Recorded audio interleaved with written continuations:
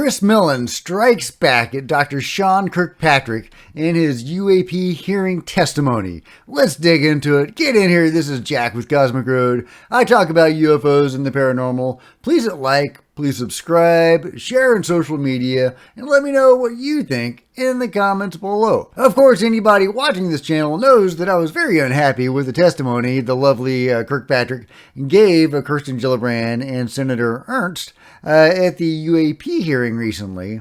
And it looks like I wasn't the only one. I have shown responses from several people, including Gary Nolan, and an early tweet by Christopher Mellon. Hey, Christopher Nolan probably wants to chime in as well. He's into all this too, probably, right? But let's see what Chris Mellon had to say in response to the lovely Sean Kirkpatrick's testimony. 6-tweet thread. Dr. Sean Kirkpatrick, no credible evidence of objects that defy the known laws of physics. That's the quote from Kirkpatrick. Chris says, U.S. Navy aviator Chad Underwood says, aircraft still have to obey the laws of physics. The Tic Tac was not doing that. It was going from like 50,000 feet to, 100 feet in seconds, which is not possible. Of course, it is possible because it happened, but it certainly does not obey the known laws of physics, does it? Moving on, Chris says, the U.S. Navy aviator Dave Fravor, after his encounter with the reported Tic Tac, said, I think it was not from this world. Very telling, right? This is a very accomplished man and a very credible witness, a very trained eyewitness. And Chris goes on to say, Explorer's CSU report on the Nimitz incident says, estimated accelerations range from 75 G to more than 5,000 Gs, with no observed air disturbance, no sonic booms, and no evidence of excessive heat commensurate with even the minimal estimated energies. Is that possible? 5,000 Gs? Am I reading that right? Is that what he means with 5,000 G? Does G mean something else? I don't think it means grams. Man, that's insane. That's insane. Moving on, Chris Mellon says, according to Kevin Day's instruments on the Princeton, the Tic Tac fell in exactly 0.78 seconds, which means the object had to be moving at about 24,000 miles per hour.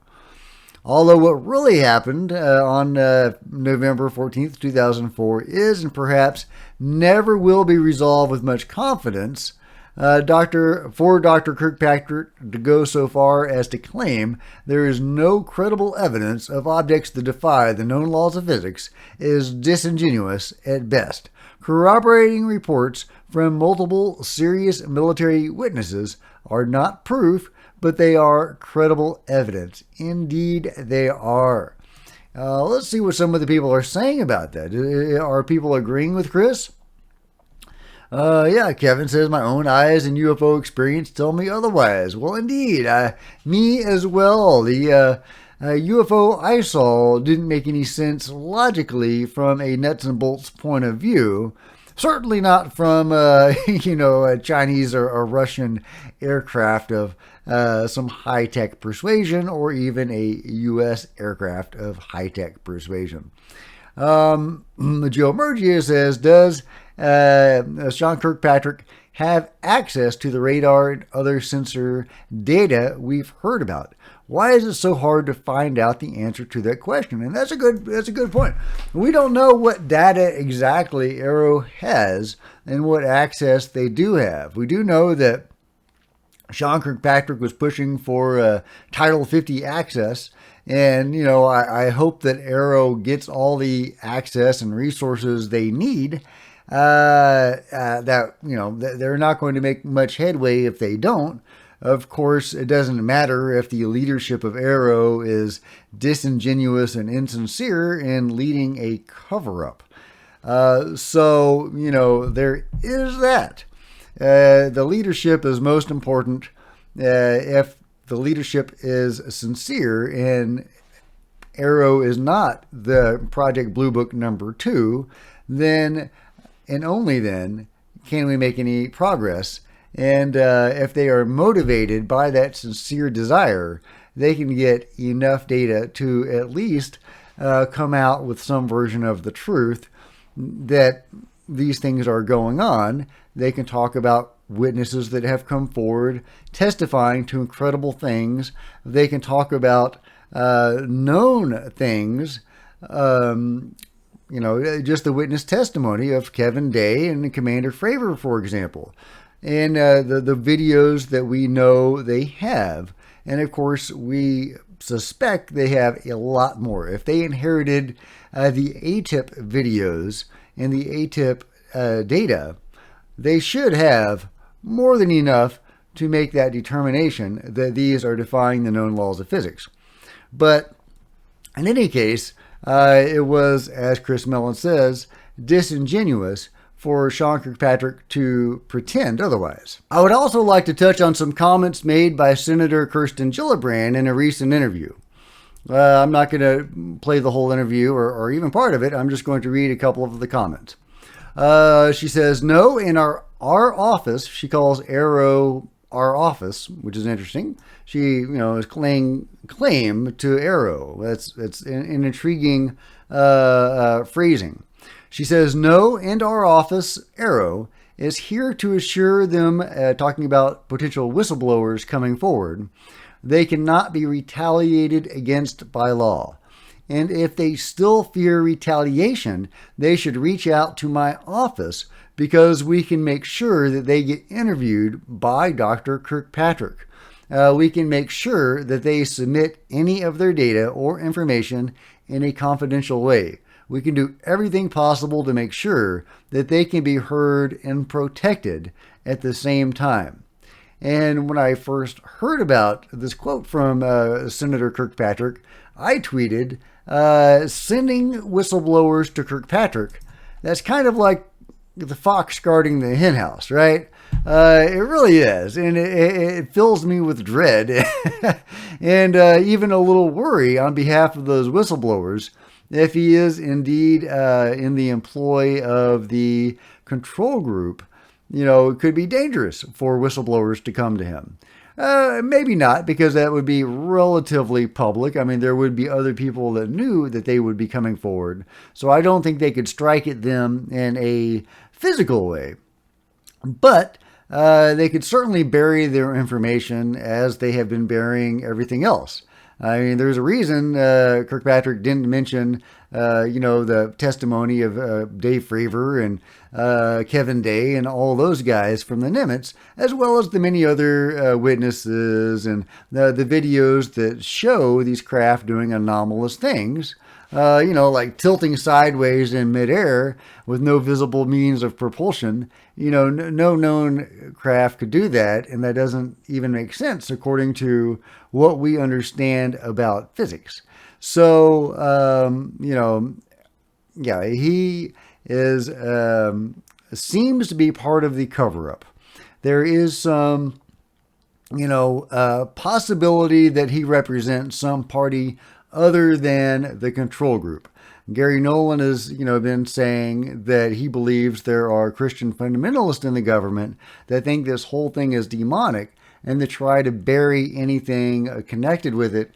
And that is why the UFO control group, or, these programs that are dealing with this technology, have had to hide, buried in black projects, black budget stuff, and in the private sector, to escape the scrutiny of these people who feel that way.